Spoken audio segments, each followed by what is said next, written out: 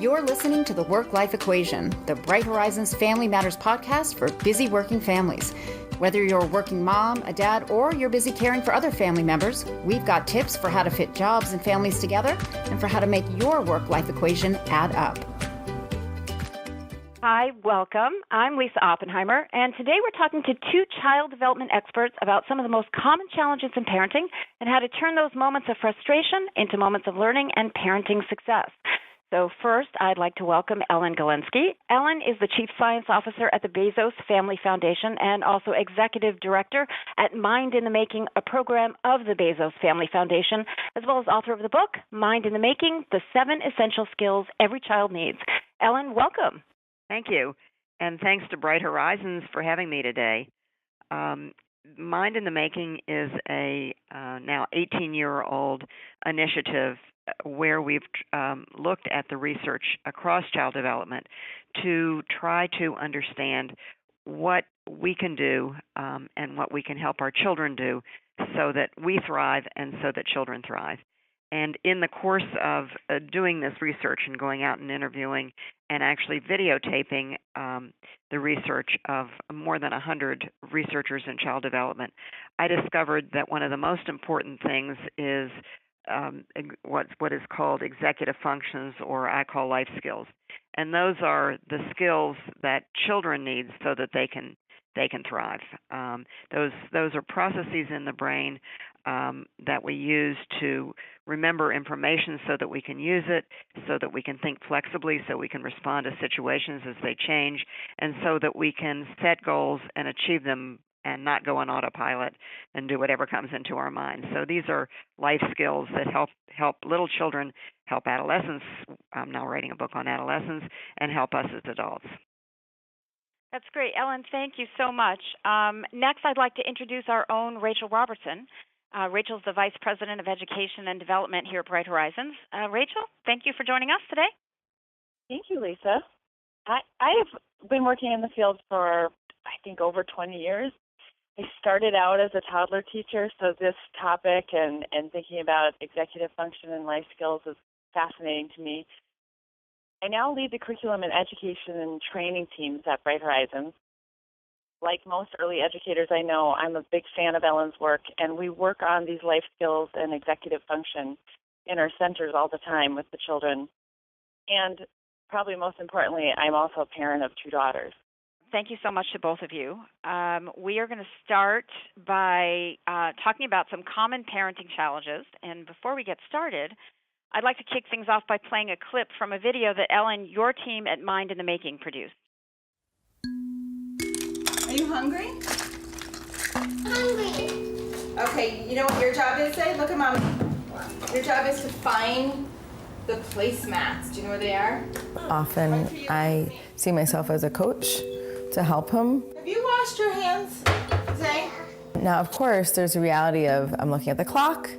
I am looking at the fact that he's not eating. I'm looking at the fact that I know what time he has to get up in the morning. So it's always a calculus of providing the space and room for him to problem solve. Secret ticket is called... And also the reality of moving things along. The only way... That's a very telling clip, especially that part about being a coach. I think it's really insightful to be able to see that moment, those moments, as an opportunity to teach lifelong skills that could prevent future challenges versus what a lot of times people are thinking of those moments as something to just get through. We work on this as educators as well. It's not an easy skill or mindset, but responding to behavior as an opportunity to develop skills can feel to some parents maybe like they're letting the children be in charge, but really I love this idea of thinking of it instead as teaching a child how to think versus simply how to follow rules. Maybe that perspective will help parents get through these tougher times, although, of course, it's really tricky mindset to be in when you're in the heat of the moment. We need those skills ourselves when we're in the heat of the moment. Right. Well, let me tell you how I got into the notion of this kind of approach to discipline. In looking at the research, I was looking at what what do parents do starting very, very early that help children thrive then when they're 1, 2, 3, and 4-year-olds, but also help them thrive later on when they're both adolescents and adults? And looked at research that's called autonomy supportive parenting, began to look at that and look at it increasingly seriously. People like Stephanie Carlson at the University of Minnesota, Clancy Blair at New York University, Wendy Grolnick at Clark University have been discovering something that I don't think many of us know about, which is that if we support children in learning skills rather than just managing their behavior, that really actually helps them. I think it is not giving in to your children. The adult sets the rules, but it's how you enforce those rules, how you present those rules that makes a difference. I think at the adult end, we see so many adolescents and college-age students falling apart when they leave home, high rates of depression and anxiety, books that are talking about young people as if they're a nation of sheep.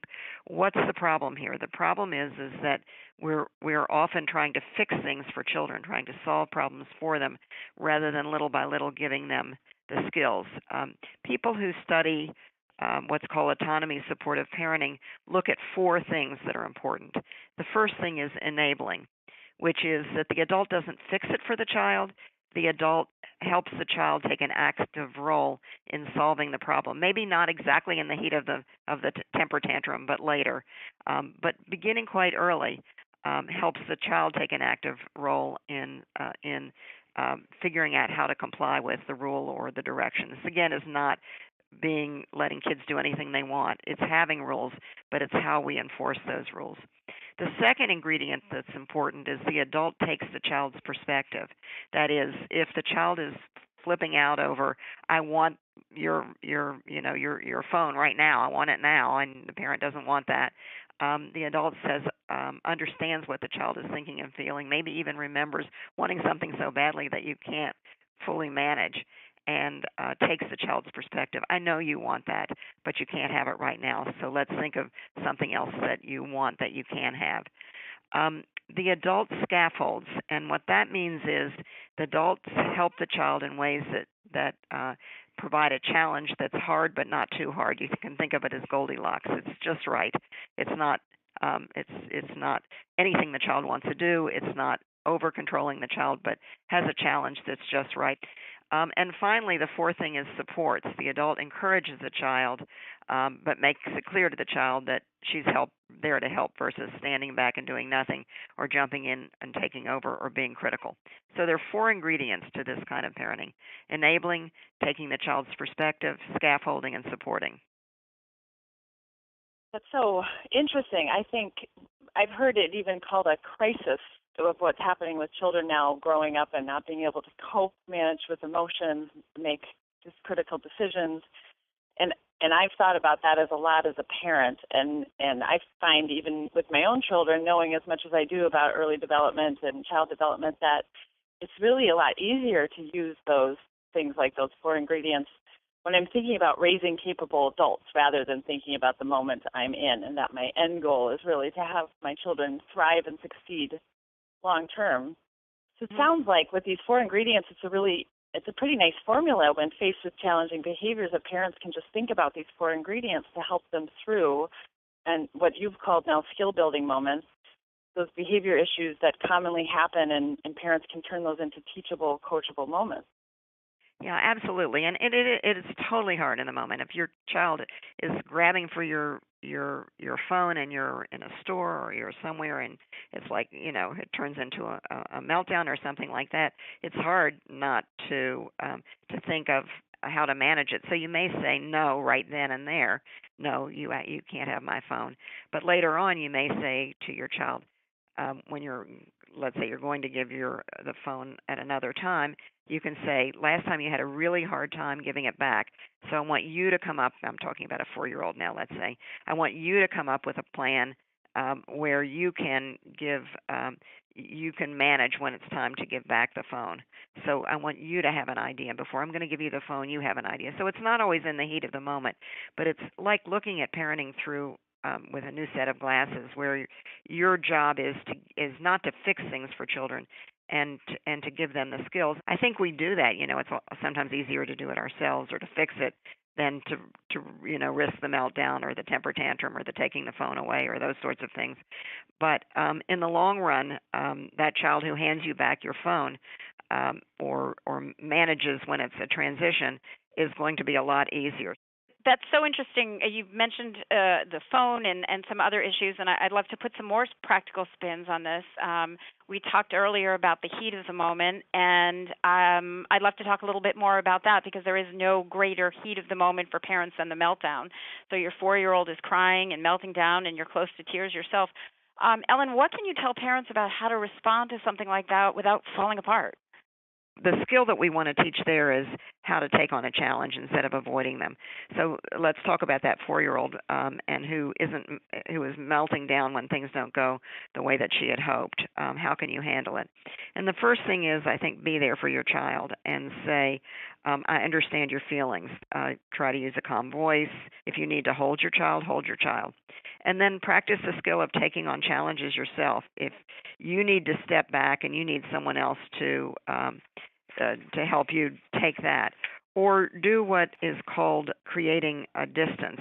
The research of Ethan Kroos of the University of Michigan has found that if you look at an emotional experience from what he calls a self-distance perspective, and that means looking at this as if it's not happening to you, it's like on a television show, or it's in the heat of the moment. You're imagining that you're looking at this as a fly on the wall versus living it. That really helps you manage in that moment. I know one parent whose kid would fall apart at the checkout line in the supermarket and would always throw himself on the floor and have a tantrum if he wanted candy. And she just would imagine she was in some crazy television show and step back and look at it. And that really helped her manage it, because she could have a sense of humor about it and say, that really was dramatic. It's not going to work, but it was really dramatic. If there's going to be a change in routine, you can prepare that child for that change so that they know that something's going to be different. Another thing that you can do is to celebrate your child's hard work. If you can help your child come up with new strategies for dealing with frustrations and disappointments, particularly in advance. I know that with my son, when he would have meltdowns, we had a family meeting with him, and we talked about, what are you going to do starting to go into a meltdown? And he said he wanted a secret word that would help him, and the word was cut, stop, that is all of that. And we would say to him, and when we could see the meltdown brewing, cut, stop, that is all of that. And he remembered that he wanted to try really hard to manage. Think about that. What he's doing in that situation and what we're teaching them is how to manage themselves rather than we're controlling their behavior. So the rule doesn't change. That is, we're not being permissive. We're not letting kids do anything they want. They can't have that candy. They're going to learn to manage their strong emotions, which is the skill of the preschool years, to learn to manage. And they're going to learn to take on that challenge. We're giving them that skill. We're not just managing bad behavior. We're promoting a skill. Yeah, you said so many things there to describe that moment that I think are really powerful and important for parents, but also just for educators. And I was laughing as you're talking about the parents in the meltdown moment of the child having a meltdown at the checkout lane. That easily also sometimes turns into a parent meltdown, and how important it is that parents are using their executive function skills in those moments as well to make those decisions, like, I can see this from a movie, or I remember that I'm really helping my child build long-term skills, because you're absolutely so important to think about that we want children to go through those challenges. They need us to step back and not fix everything for them so they can learn how to get through it. I love that story of your son figuring it out for himself. And having a word and coming up with it, because I think that's something we miss when we fix it for children, right? We miss that they are able to come up with some really good strategies themselves. So not only can they get through the challenge or the tricky moment, but they have the resources, or they can build their own resources. And another important point I thought you made earlier, and then in this explanation too, is just it's okay if you don't make it the exact right choice in the moment, but coming back to it later is just as impactful and meaningful as a parenting moment. It's not a one shot and you're done. You really can continue to work on this. It's a progressive strategies rather than you just get this one shot and otherwise you've missed it. Yeah, I mean, Ed Tronick at Boston University talks about the important aspect of growing is that fixing things that don't go well, and kids can know that I got too upset, and here's how I managed, and now I want to help you to learn ways to manage. I do want to say a word about the bystander at the supermarket checkout, because we can end up being very judgmental of other people's parenting and other people's children when we are a bystander to a meltdown. And I was the parenting expert for Fred Rogers, Mr. Rogers of Mr. Rogers' Neighborhood, in a series that he did called Mr. Rogers Talks to Parents a long time ago. And he had the notion of one kind word, which is if you see a child or a parent in a really tough moment, say, instead of, oh, God, you shouldn't do that, or or oh, my child would never do that, or whatever judgmental thing we want to say that makes it worse for the parent, we should give one kind word like, oh, I've been there. I know how that feels. You're really managing it well. So if we as adults can support other parents in those meltdown moments, we are giving them a gift too. I think every parent on earth just gave you a giant thank you for that. I mean, we've all been there. I actually was really grateful to a docent in a museum once when my daughter, who was a couple of years old at the time, laid down on the floor crying and on her back. And the very lovely docent came up and looked at her and said, well, that's such a lovely way to appreciate the frescoes on the ceiling. It really turned everything around for all of us. Yeah, and it can just be those small things that these are no big things. These are all small things. But again, the notion is always to remember what you want to do is to teach your child a skill rather than fix it for your child. Okay, so I want to move on to another big one for parents. This is a word that we all hear over and over again, that word no. We've heard that no is a child showing independence, but as parents, it's still a tough word to deal with, and we have to figure out that line, helping babies understand that helping children understand that some things are just non-negotiable. Ellen, how do we deal with no? Well, it's different at different ages. If you've got a baby, you want to use the word only when you have to. One thing that's good is to try to create a yes environment so that there are not so many things that your child can do that you're always having to say no, no, no. You need to save it for something that really matters. With the baby, you can say no. You can use a hand signal that means no and teach your child a hand signal that means no. You can use a tone of voice that helps your child, not harsh, but just like serious tone of voice. And you can distract your child. Babies it's easy to say, you don't want to wash your hands before you eat or whatever it is. Let's look at the new way that the soap works and let's make bubbles. And pretty soon the moment is past. But I think important for children of every age is the reasons that you're saying no. This is the research of Martin Hoffman at New York University, and he also looked at how do we discipline, found out that we're just saying no all the time, no, no, no, no, no, no, no, no, no, all the time. It kind of loses its meaning. But when you do have to say no, for those moments when you do have to say no, the children are more likely to be compliant if you give the reason how your behavior affects someone else. When you grab that toy from someone else, look at Milo. I'm thinking of my grandson's best friend. Look at Milo's face when you grab that toy from him and see he's upset too. So let's figure out a way that you can have a turn with a toy but not grab it. Wendy Grolnick's research, which goes all the way through high school, has found that this way of parenting starts very early, and it's not being permissive. It's not being, parents want to be strict. What's important is being consistent. But again, always thinking about teaching the child a skill, not fixing it for the child. Yeah, that notion of a yes environment makes a lot of sense, and we try to set that up in all of our Bright Horizons classrooms and centers. Then you can just avoid altogether the need for an adult to say no to children.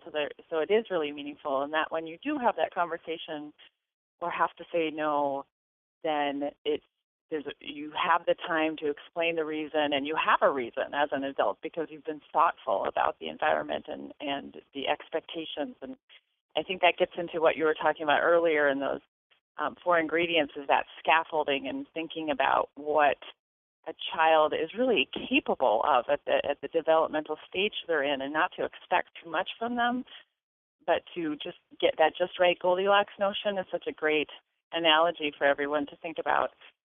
And so you're, really treating the child with the right expectations and asking them to do what they are capable of, and then just taking them a little bit further, making sure that your environment and your quote-unquote rules of the household support that. I think that idea of looking behind the no and seeing the child as a person developing their own thoughts and opinions, that's really a good thing, right? Even though in the moment when they're saying no, no, no to you and you really just need to get in the car, it's tough to handle. Mhm. And then, these are really hard to handle. And again, we're the role models. Much more than we say is what we do. So if we can work on managing ourselves, then we can help our children manage much better. And so we're feeling this in our hearts, not just in our minds, about why these really are the important life skills that help children succeed.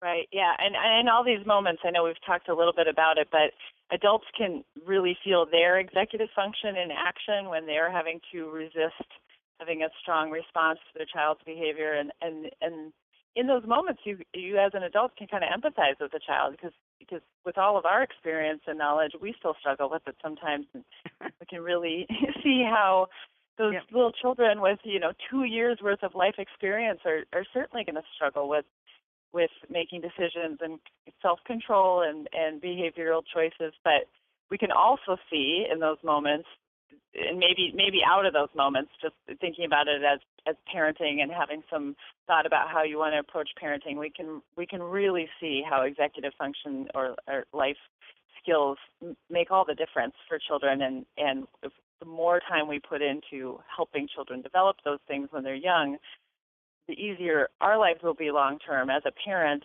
but also their lives will be long-term. Can you just talk a little bit more about executive function and developing that early on and how that helps, although it takes more time, how that helps the child long-term? Yes. The one thing that I always say is that it's never too late. So if you're listening and as a parent and you've got older kids, it's never too late. But starting at the beginning is good, but again, it's never too late, which is really critically important. Executive functions are, again, the basic brain processes that take place in the front part of our brain, the last part of our brain to develop, that pull together our social, our emotional, and our cognitive capacities to achieve goals. They're always goal-driven. And the reason that they're so important is that the people who do well in the world, whether they're a 3-year-old making a plan at a Bright Horizons program, or whether it's an adult figuring out, how I'm going to manage the day with everything I have to do, having goals and trying to achieve them is a key to living a life much more intentionally. Great. Yeah, as I'm listening to you, I'm listening both as an educator and as a parent, and probably a little bit more as a parent, and thinking about these are exactly the things I want for my children.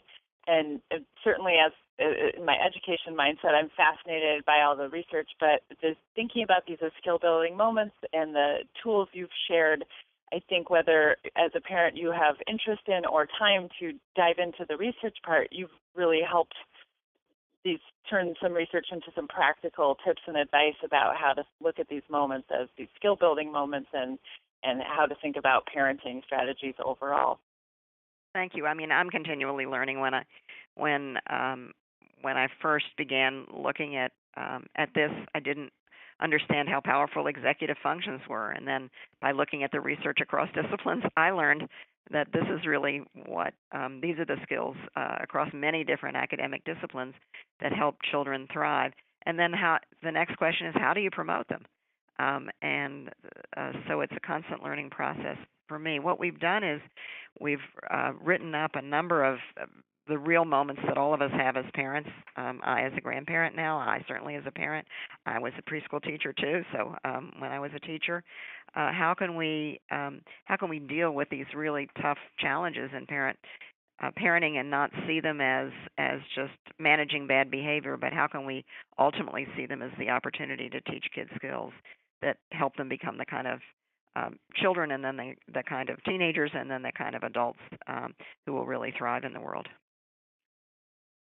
Speaking as purely a parent and not an educator, what I find so heartening is what you had both spoken about some time back in the conversation about it being progressive, and the fact that you can go back to things, and that it's a learning process for everyone, which I think is really heartening for those of us that are still engaged in it. Yeah, no, this is research that Carol E. House did, and she was looking at who make the best teachers. It's not necessarily the name on the door, although I know you have a wonderful name on the Bright Horizons door, but it's the person, and the people who are ongoing learners about how to be better teachers make the best teachers. So I think that that's so critical. The people who are ongoing learners about how to be the parent we really want to be, if we've totally blown it, which we all do a lot. Next time, what's one little thing that we can do better? Those are the people who make the best parents. I think that is a perfect place to wrap up this conversation. You've given such great advice. I want to say thank you again to both of you, Ellen Galinsky, Chief Science Officer at the Bezos Family Foundation and Executive Director at Mind in the Making at the Foundation, as well as author of the book, Mind in the Making. And Rachel Robertson, thank you also, our education and curriculum leader here at Bright Horizons. Thank you both. My pleasure. Thank you. If you like what you heard today, get more of our podcast by subscribing. While you're downloading, let us know what you thought, or give us a share. Thanks to everyone for being here. We look forward to seeing you next time as we help make the work-life equation add up.